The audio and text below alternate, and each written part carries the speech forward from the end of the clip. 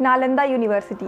ऐसा कहा जाता है कि अगर इस यूनिवर्सिटी को उस टाइम डिस्ट्रॉय नहीं किया जाता तो आज के सारे आईआईटीज़ और आईआईएम्स इसके सामने एकदम छोटे नज़र आते। मगध में स्थित ये विश्वविद्यालय सिर्फ इंडिया में ही नहीं बल्कि पूरे विश्व के लिए एक एजुकेशन सेंटर बन गया था। क्या थी इस यूनिवर्सिटी की खासियत? क्या ऐसी चीज़ें थी उस टाइम के एजुकेशन सिस्टम में जो आज से कहीं बेहतर थी और जिसको हमें ज़रूर जानना चाहिए? वो सारी बातें करेंगे हम इस वीडियो में।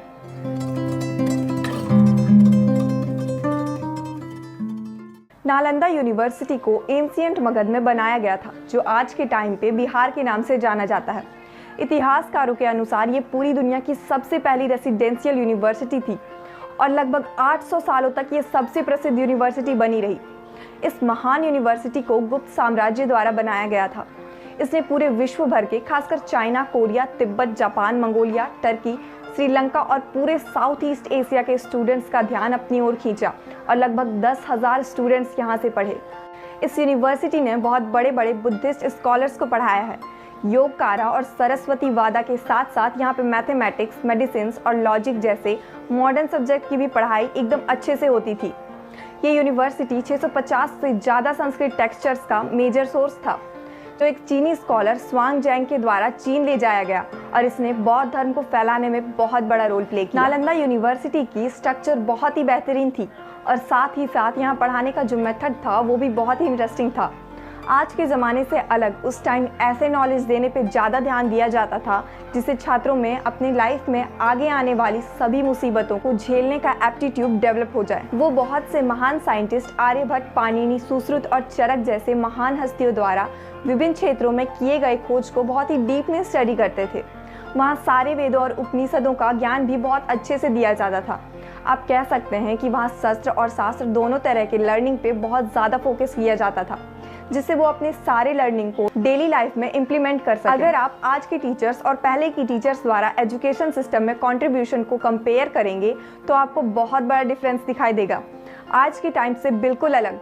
उस टाइम सिलेबस को स्टूडेंट्स के द्वारा डिसाइड किया जाता था और उनको वही चीज़ें पढ़ाई जाती थी जिनमें उनको इंटरेस्ट होता था या जो वो पढ़ना चाहते थे, जो कि आज के ज़माने से बिल्कुल अलग है।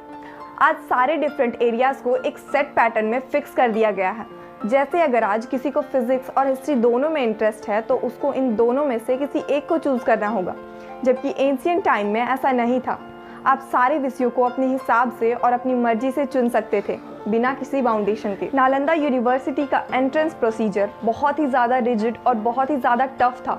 इसमें एडमिशन लेने के लिए आपको 3 लेवल्स ऑफ टेस्टिंग को पास करना पड़ता। कुछ लोगों का ये मानना है कि नालंदा यूनिवर्सिटी बौद्ध धर्म की यूनिवर्सिटी थी, बट ऐसा कहना बिल्कुल गलत है। यहाँ पे arts, medicine, mathematics, politics, astronomy और आर्ट्स ऑफ वॉर जैसे डाइवर्स टॉपिक भी पढ़ाए जाते थे। बट सोचने वाली बात यह है कि इतनी शानदार यूनिवर्सिटी होने के बावजूद भी क्यों इसको डिस्ट्रॉय कर दिया गया। आइए आगे बात करते हैं। रिकॉर्ड्स के अनुसार नालंदा को इन्वेडर्स के द्वारा 3 बार गिराया गया।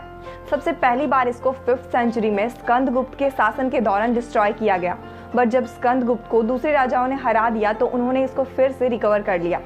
इस बार तो उन्होंने इसकी लाइब्रेरी की बिल्डिंग को और बड़ा बना दिया। दूसरी बार इसको फिर से 7th सेंचुरी में डिस्ट्रॉय कर दिया गया, लेकिन इस बार इसको बुद्धिस्ट राजा हर्षवर्धन के द्वारा रिकवर कर लिया गया।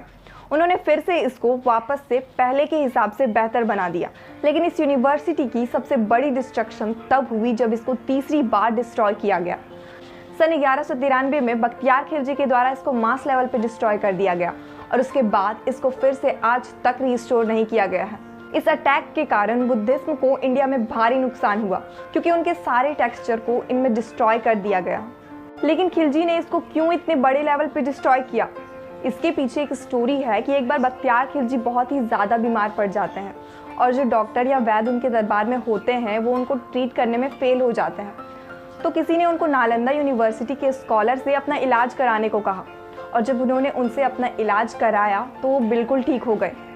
और ये बात खिलजी को पसंद नहीं आई कि एक इंडियन स्कॉलर उनके दरबार के डॉक्टर से ज़्यादा जानते हैं, और फिर उन्होंने इसी बात से खफा होकर पूरे नालंदा को जला दिया। खिलजी ने जब इस यूनिवर्सिटी को जलाया तब लगभग उसमें 9 मिलियन बुक्स थे और ऐसा कहा जाता है कि इस पूरी यूनिवर्सिटी को जलने में लगभग 3 महीने का समय लगा था। Former Indian president Shri APJ Abdul Kalam ने इसके रीबिल्डिंग के लिए पहला स्टेप लिया और उन्होंने 2006 में बिहार लेजिस्लेटिव असेंबली को एड्रेस करते समय इसके रीबिल्डिंग के प्रस्ताव को सबके सामने रखा। उनके साथ ही सिंगापुर ने इंडिया के सामने नालंदा प्रपोजल नाम के प्रस्ताव को रखा और इसको री एस्टैब्लिश करके पूरे एशिया के लिए एक फोकल पॉइंट ऑफ एजुकेशन के रूप में डेवलप करने का सुझाव दिया। फिर बिहार और सेंट्रल गवर्नमेंट के म्यूचुअल डिसीजन के बाद 2010 में नालंदा यूनिवर्सिटी एक्ट को पास कर दिया गया और इसके नए कैंपस के लिए राजगीर हिल के पास 450 एकड़ के लैंड को फाइनलाइज किया गया। 1 सितंबर 2014 को नालंदा में फिर से एकेडमिक्स को शुरू किया गया और वहां पढ़ाई तब से ही हो रही है। 2014 से 2020 तक के ड्यूरेशन के बीच लगभग 720 स्टूडेंट्स ने नालंदा यूनिवर्सिटी में एडमिशन लिया है। अगर आप इस न्यूली बिल्ट नालंदा यूनिवर्सिटी के इंफ्रास्ट्रक्चर की बात करें तो पूरी कोशिश की गई है कि इसके स्ट्रक्चर और शेप को एंशिएंट नालंदा यूनिवर्सिटी से मैच कराया जाए, बट ये पूरी तरह से रेप्लिकेट हो पाना पॉसिबल नहीं है। बट आने वाले समय में नालंदा यूनिवर्सिटी के प्रोग्रेस को देखना काफ़ी दिलचस्प रहेगा कि ये कितनी हद तक सफल हो पाती है अपनी पास्ट ग्लोरी को वापस से अचीव करने में। ये था नालंदा यूनिवर्सिटी का पूरा इतिहास।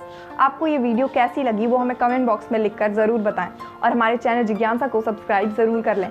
मिलते हैं आपसे अगले वीडियो में। Thank you.